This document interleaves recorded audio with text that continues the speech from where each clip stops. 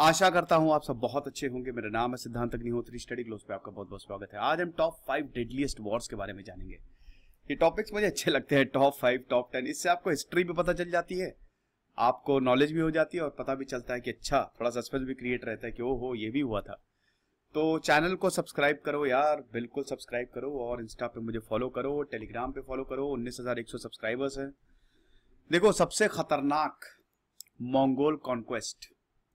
वैसे तो दोस्तों हजारों लाखों वॉर्स हुई हैं, हजारों वॉर्स हुई हैं और बड़ी इंपॉर्टेंट रही हैं। कुछ वॉर्स ने तो एकदम बदल दिया दुनिया को। फ्रेंच रेवोल्यूशन हो गया, और आपके 30 इयर्स वॉर हो गए, 7 इयर्स वॉर हो गया, अमेरिकन रेवोल्यूशन हो गया, अमेरिकन वॉर हो गया, सब। लेकिन हम यहाँ पे डेथ टोल के हिसाब से बात करेंगे। वॉर को तभी नापा जाता है ना जब उसमें कितने लोग मारे गए, उसका इंपैक्ट कितना हुआ। तो उसी हिसाब से वो जो वॉर है वो बहुत डेडली होती है। हालांकि कमेंट बॉक्स में आप भी मुझे बताइए कि आपके हिसाब से डेडलीस्ट वॉर कौन सी रही। हो सकता है कुछ वॉर्स मैंने छोड़ दी हो, लेकिन ये मेरे हिसाब से है। तो सबसे पहले हम बात करेंगे मंगोल कॉन्क्वेस्ट की। तो थोड़ा सा हिस्ट्री देख लेते हैं। मंगोल्स ना नोमैडिक एम्पायर था। नोमैडिक एम्पायर जो बंजारे होते थे, नोमैड्स को अनपढ़ बोला जाता था उस समय। जो बड़ी सिविलाइज्ड, ओहो ऊपर से प्लेन आ गया, क्या बात है। तो जो सिविलाइज्ड एम्पायर होते थे वो इनको लगते थे अरे बकवास लोग हैं ये, बिल्कुल। मतलब आपने गेम ऑफ थ्रोन्स देखा होगा, उसमें जो डोथराकी है ना, एकदम बिलो द लाइन, वैसा उनको माना जाता था। तो नोमैड्स ऐसे होते थे, और इनको ये बेसिकली इनको बड़ा सैवेज माना जाता था कि कहीं पे भी जाते हैं गंदगी लेके आते हैं, इनको रहने का सहूर नहीं, इनको बोलने का सहूर नहीं। तो जो पहला नोमैडिक एम्पायर बना था वो मंगोल एम्पायर बना था। और आप देख सकते हैं दोस्तों, पूरे यूरोप तक ये पहुंच गए थे, 1260 तक वो हालत की थी। और ये सिर्फ 60 सालों के अंदर हुआ है। 1204 में चंगेज खान आया, और देखते ही देखते 1260 आते आते ये यूरोप तक पहुंच गए थे। इनफैक्ट भारत पे भी कुछ है, सारे नहीं। भारत में हालांकि नहीं आ पाए थे, हर जगह इन्होंने कहर मचाया, लेकिन भारत में नहीं आ पाए। तो ऐसी हालत की थी। शुरुआत होती है दोस्तों तिमुजिन से। तिमुजिन चंगेज खान। तिमुजिन, बचपन का नाम तिमुजिन था, पिताजी को मार दिया गया। ट्राइब में रहते थे नोमैड्स। होता क्या था कि लीडरशिप के लिए लड़ाइयां होती थी। इनके पिताजी लीडर थे ट्राइब के, खत्म कर दिया, इनके पूरे परिवार को बाहर निकाल दिया ट्राइब से। बहुत बुरी कंडीशन आ गई चंगेज खान की, तिमुजिन की। तिमुजिन को भीख मांगनी पड़ी, खाने के लिए कुछ नहीं था तो कच्चा मांस खाना पड़ा, बड़ी प्रॉब्लम्स। लेकिन उसके बाद धीमे धीमे उसने मैरिटल अलायंस करना शुरू किया। धीमे धीमे उसने 16 साल की उम्र में उसने एक विद्रोही ट्राइब की बेटी से शादी की, सपोर्ट मिला, और बढ़ते गए और सारी ट्राइब को इसने कंसोलिडेट कर लिया। और उसके बाद 1200 आते आते इसने खान का टाइटल ले लिया, चंगेज खान। और उसके बाद इसने वो तबाही मचानी शुरू की है। जहां जाता था चंगेज खान का सीधा एक ही रूल था, या तो सरेंडर कर दो या मरने के लिए तैयार रहो। बीच का रास्ता कोई नहीं था, या तो सरेंडर करो या मरो। पूरे के पूरे चाइना को, मंचूरिया रीजन को खत्म कर दिया। नॉर्दर्न चाइना पे जो इसने कहर बरपाया है, 1227 आते आते नॉर्दर्न एम्पायर हो गया। इधर पर्शिया में, यहां तो भैया जलालुद्दीन जो एम्परर थे पर्शिया के, ठीक है, मतलब इस रीजन के, तो उन्होंने क्या, चंगेज खान ने उनको न्योता भेजा कि सरेंडर करो या हमसे मिलो। तो जो वहां पे चंगेज खान का वो गया था, अरे शांति दूत, तो उसका सर काट के जलालुद्दीन ने इनको वापस भेज दिया कि तुम हमारे साथ बैठोगे, तुम्हारी इतनी औकात, ये लो सर हमने भेज रहे हैं, तोहफा है तुम्हारे लिए।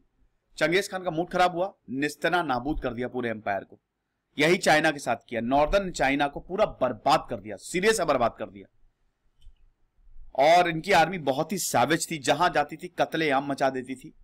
ऐसा बोला जाता है कि जो टोटल डेथ टोल है वो 60 से 70 मिलियन तक है। 6 करोड़ से 7 करोड़, और उस समय पॉपुलेशन इतनी ज्यादा नहीं होती थी। ब्लड थर्स्टी, खून के प्यासे थे ये। लगभग 1 लाख लोगों ने तो मास सुसाइड कर लिया था कि ये मंगोल्स हमको ना मारे, ऐसी हालत की थी। फिर दोस्तों वर्ल्ड वॉर 1 को कौन भूल सकता है। वर्ल्ड वॉर 1 पे मेरा पूरा सेपरेट लेक्चर है। वर्ल्ड वॉर 1 एक ऐसा वॉर था जो क्या कहते हैं, आधिपत्य के लिए लड़ा गया था। किसकी कितनी धाक, उसके लिए लड़ा गया था। जर्मनी तो था ही, जर्मनी, ऑस्ट्रिया हंगरी और ऑटोमन, ये तीन थे एक्सेस। इधर एलाइड में बाकी पूरी दुनिया। इटली जो वर्ल्ड वॉर 2 में जर्मनी के साथ लड़ रहा था, सॉरी एलाइड में था, वो वर्ल्ड वॉर 2 में जर्मनी के साथ चला गया। मतलब वर्ल्ड वॉर, सॉरी मैंने शायद उल्टा बोल दिया, वर्ल्ड वॉर 1 में इटली जो है वो एलाइड के पास था, लेकिन वर्ल्ड वॉर 2 में वो जाके जर्मनी के साथ हो गया। तो वर्ल्ड वॉर 1 पे डिफरेंस क्या है, वर्ल्ड वॉर 1 वर्ल्ड वॉर 2, इस पे भी मैंने लेक्चर लिया है, लेकिन ये बहुत खतरनाक था। 1.5 करोड़ से ज्यादा लोगों ने अपनी लाइफ यहां पे गंवाई है। 17 मिलियन लोग मारे गए थे। ब्रिटेन, फ्रांस, रशिया, जर्मनी, मतलब इन तीनों की विक्ट्री हुई। वर्ल्ड वॉर 1 दोस्तों क्या है ना, सीक्रेट अलायंस थी। आप बिल्कुल वैसे ही समझ सकते हो कि इसमें सीक्रेट अलायंस थी कि एक देश ने हमला किया तो उस पर हम भी हमला कर देंगे। जैसे होता नहीं कॉलेज में कि अरे मेरे दोस्त को मारा, उसने मेरे दोस्त को मारा तो मैं मारूंगा उसे जाके। जिसने मारा भले आपसे उसका लेना देना हो चाहे ना हो, बस मार कैसे दिया, यही वर्ल्ड वॉर 1 का कारण था। तो वर्ल्ड वॉर 1 भी बहुत ही डेडलीस्ट था। और वर्ल्ड वॉर 1 जब खत्म हुआ 1 करोड़ 70 लाख लोग अपनी जिंदगियां गंवा चुके थे। ट्रीटी ऑफ वर्सेल साइन होती है। जर्मनी बहुत ही ह्यूमिलिएटिंग, मतलब बड़ा उनको ह्यूमिलिएट किया गया। और वर्ल्ड वॉर 1 ही वजह बना वर्ल्ड वॉर 2 की, हिटलर के उदय की। जर्मनी इतना टूट गया था। जो लीडर्स हैं वो कब एराइज होते हैं, जब बहुत ज्यादा आपत्ति होती, जब विपदा होती है, उसमें ही रियल लीडर सामने आते हैं। लेकिन हिटलर रियल लीडर नहीं, पागल लीडर था। अभी world war 2 world greatest war की बात हो रही है तो वर्ल्ड वॉर 2 तो सबसे इतिहास का ग्रेटेस्ट था। अमेरिकन सिविल वॉर भी कुछ कम नहीं था। अमेरिकन सिविल वॉर में दोस्तों 60 से 70 लाख लोगों ने अपनी जान गंवा दी है। क्या आपको पता है? यह भी डेडलीस्ट वॉर में गिना जाता। गृह युद्ध में तो सबसे ऊपर था रशियन सिविल वॉर और American civil war. American civil war ज्यादा ब्रूटल था। इब्राहिम लिंकन थे ना प्रेसिडेंट, लेकिन उनके ऊपर भी दाग है। बुरी हालत थी दोस्तों, बुरी हालत। अमेरिकन सिविल वॉर कैजुअलिटी बहुत ज्यादा हुई थी। सबको मिला दे तो लगभग 10 लाख, 6 लाख से 10 लाख लोग मारे गए थे। इतनी बुरी हालत थी। तो अब ये अमेरिकन सिविल वॉर शुरू कैसे हुआ? स्लेवरी की वजह से। देखिए अमेरिका में स्लेवरी होती थी। अमेरिका में स्लेवरी आज से नहीं, बहुत टाइम से हो रही थी।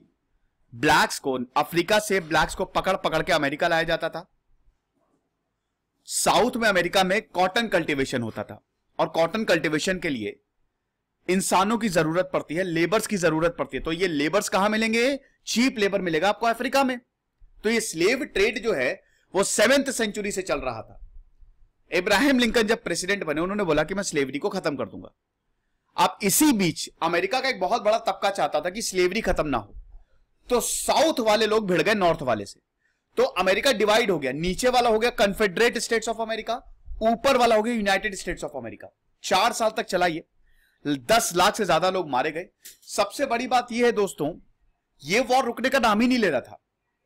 यह वॉर, क्योंकि इब्राहिम लिंकन थोड़े से नरम भी थे, लेकिन यह वॉर रुकने का नाम ही नहीं ले रहा था। लगातार लोग मरते जा रहे थे। और दोस्तों अगर कुछ नहीं किया होता तो आज अमेरिका के भी 2 टुकड़े हो गए होते।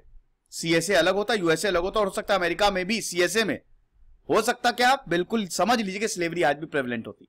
लेकिन ऐसा हुआ नहीं, क्योंकि इब्राहिम लिंकन जनरल यूलिसेस ग्रांट को बुलाया और उन्होंने एक साइड से मारना शुरू किया और इस वॉर को खत्म किया। तो अमेरिकन सिविल वॉर बहुत डेडलीस्ट है।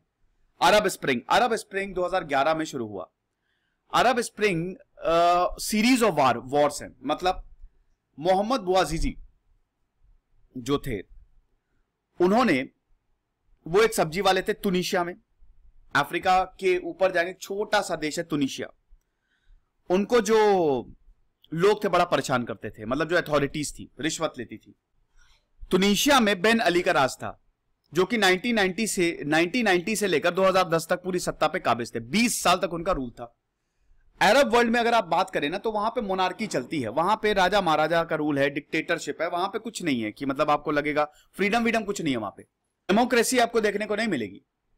बहुत ब्रूटल रूल है। तो अब इसी डेमोक्रेसी के लिए अरब में क्रांति आ गई, जब मोहम्मद बुआजीजी, जिससे लगातार हर दिन अथॉरिटी रिश्वत मांगती थी, उसने सुबह 11:30 बजे अपने ऊपर तेल छिड़क के आग लगा ली। और जब उसने अपने ऊपर तेल छिड़क के आग लगा ली, लोग वैसे ही भरे बैठे थे। लोगों को बस वैसे ही बहुत परेशान थे, डिक्टेटरशिप थे। बस ये चिंगारी फैल गई आग में, ये चिंगारी आग बन गई। और धीमे धीमे तुनिशिया में तो रातों रात रेवोल्यूशन आ गया।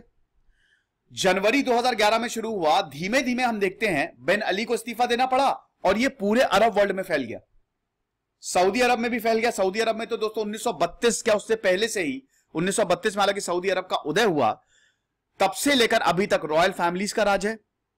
अभी मोहम्मद बिन सलमान है, वो तो कभी लोगों कोई चेतना को जगाएंगे ही नहीं, ना ही स्ट्रॉन्ग मिलिट्री रखेंगे।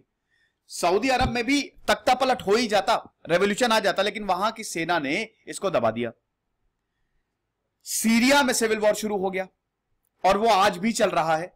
अब उस सिविल वॉर में दोस्तों लाखों करोड़ों लोगों की जान जा चुकी है ऑलरेडी, लाखों लोगों, करोड़ों नहीं, लाखों लोगों की जान जा चुकी है। पूरे अरब स्प्रिंग को अगर आप मिला ले, जिन जिन देशों में सिविल वॉर शुरू हुआ, कुछ जगह तो डेमोक्रेसी आ गई, लेकिन कुछ जगह और सख्त राज हो गया। जैसे इजिप्ट में तहरीर स्क्वायर पे लोग जमा हो गए और बोले कि हमको तो डेमोक्रेसी चाहिए।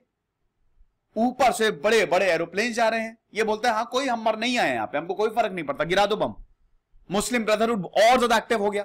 मुस्लिम ब्रदरहुड को अरब मुल्कों में एक टेररिस्ट ऑर्गेनाइजेशन माना जाता है। जहां पे भी रेवोल्यूशन होता है मुस्लिम ब्रदरहुड आगे आ जाता है और 1948 से एक्टिव है, लेकिन अभी भी डायरेक्टली एक्टिव नहीं है क्योंकि इनके लोगों को जेल में डाला जाता है। लेकिन इस बार मौका मिला और ये आ गए। अब दोस्तों हुआ क्या कि इजिप्ट में तो शुरुआत में बोला कि डेमोक्रेसी आएगी, लेकिन उसके बाद आर्मी ने ही टेक ओवर कर लिया। चलो मुझे कमेंट बॉक्स में बता अभी इजिप्ट के प्रेसिडेंट कौन है, और वो आर्मी के ही नुमाइंदे हैं। मतलब एक तरीके का इजिप्ट ने पीछे से पूरा आर्मी कंट्रोल कर रही है, मतलब वही कंडीशन है जो पहले थी। भाई इजिप्ट में भी तो होस्नी मुबारक जो है वो 1981 से लेकर 2011 तक रहे, लगातार 30 साल तक। यही हाल सीरिया में भी था। असाद फैमिली जो है वो 1968 से लगातार रूल कर रही है। अभी जो बशार अल असाद, उनके पिताजी 1999 तक रूल किए, फिर बशार अल असाद जो कि डॉक्टर हैं वो रूल कर रहे हैं।